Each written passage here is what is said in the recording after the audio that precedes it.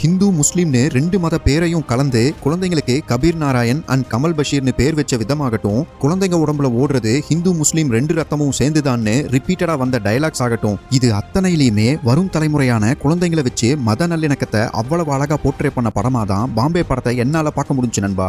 In fact மத நல்லிணக்கம்னு சொல்றதை விட மனித நல்லிணக்கம்ங்கிற வார்த்தையை தான் இங்க சொல்லணும்னு தோணுது.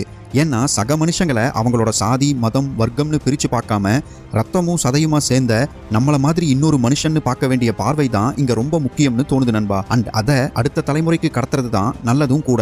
இப்படி பாம்பே படம் பாப்ரி மஸ்ஜித் டெமாலிஷன் அண்ட் அதை தொடர்ந்து உருவான கலவரத்தை பத்தி மட்டும் பேசுற படமா இல்லாம மனிதத்தை பத்தி பேசுற ஒரு படம்னு சொல்லலாம். இனிஷியலா இந்த படத்துக்கு ஹீரோவா நடிக்க ஆக்டர் விக்ரம கன்சிடர் பண்ணி விக்ரமன் மனிஷா கொய்ராலாவை வச்சு போட்டோ ஷூட் எல்லாம் எடுத்திருக்காரு டைரக்டர் மணிரத்னம். ஆனா ஆக்டர் விக்ரம் அந்த டைம்ல நடிச்சிட்டு இருந்த புதிய மன்னர்கள் படத்துக்காக அவர் வச்சிருந்த தாடியை எடுக்க முடியாம போக பாம்பே படத்தை மிஸ் பண்ணிருக்காரு. இந்த படத்துக்கு சினிமா